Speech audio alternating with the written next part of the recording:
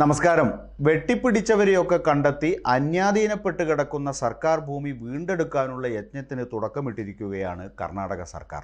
പൂച്ച കറുത്തതായാലും വെളുത്തതായാലും കുഴപ്പമില്ല, എലിയെ പിടിക്കുമോ എന്നതാണ് കാര്യം എന്നൊക്കെ പറഞ്ഞ് പണ്ട് മൂന്നാറിലേക്ക് പോയി അധികം വൈകാതെ പോയതിനേക്കാൾ വേഗത്തിൽ ചുരമിറങ്ങിയ പോലെയൊന്നുമല്ല കന്നഡ നാട്ടിലെ കാര്യങ്ങൾ എന്നാണ് പുറത്തുവരുന്ന റിപ്പോർട്ടുകൾ. 31 ജില്ലകളിലായി അനധികൃതമായി കയ്യേറ്റക്കാർ കൈവശപ്പെടുത്തിയ 1.1 ലക്ഷം ഏക്കറിലധികം സർക്കാർ ഭൂമി തിരിച്ചുപിടിക്കാൻ കർണാടക സർക്കാർ സംസ്ഥാന വ്യാപകമായി യജ്ഞം ആരംഭിച്ചു. Karnataka public lands corporation limited deputy കമ്മീഷണർമാർക്ക് നിലവിൽ കയ്യേറ്റക്കാരും ഭൂമാഫിയകളും കൈവശം വെച്ചിരിക്കുന്ന ഒഴിഞ്ഞ സർക്കാർ പ്ലോട്ടുകൾ കണ്ടെത്തുന്നതിനും നീക്കം ചെയ്യുന്നതിനും നിയന്ത്രണം വീണ്ടെടുക്കുന്നതിനുമുള്ള പ്രവർത്തന പദ്ധതികൾ വികസിപ്പിക്കുന്നതിന് ജനുവരി 31 വരെ സമയപരിധി നിശ്ചയിച്ചിട്ടുണ്ട്.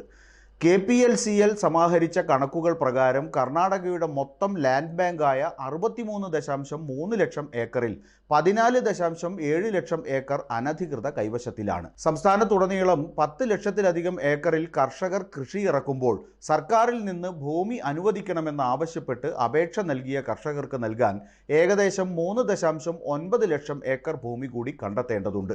ഇതുവരെ 2.7 ലക്ഷത്തിലധികം ഏക്കർ പൊതുഭൂമി തിരിച്ചുപിടിക്കാൻ ജില്ലാ ഭരണകൂടങ്ങൾക്ക് കഴിഞ്ഞിട്ടുണ്ട്.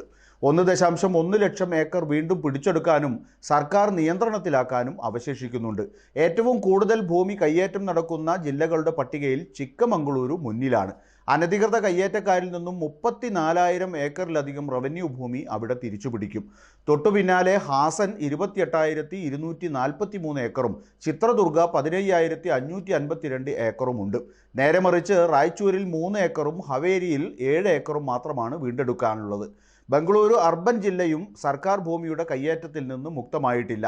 റവന്യൂ വകുപ്പിൻ്റെ കണക്കനുസരിച്ച് നഗരപ്രദേശത്ത് 38,947 ഏക്കർ റവന്യൂ ഭൂമി കയ്യേറിയതായും 16,478 ഏക്കർ അധികൃതർ തിരിച്ചുപിടിച്ചതായും കണ്ടെത്തി.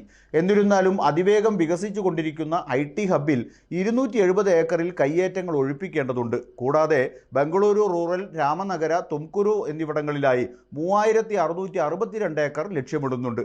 അനധികൃതമായി കൈവശപ്പെടുത്തിയ ഇത്തരം ഭൂമി വീണ്ടെടുക്കുന്നത് ബംഗളൂരുവിൻ്റെ അടിസ്ഥാന സൗകര്യ വികസനത്തിന് സഹായകമാകും.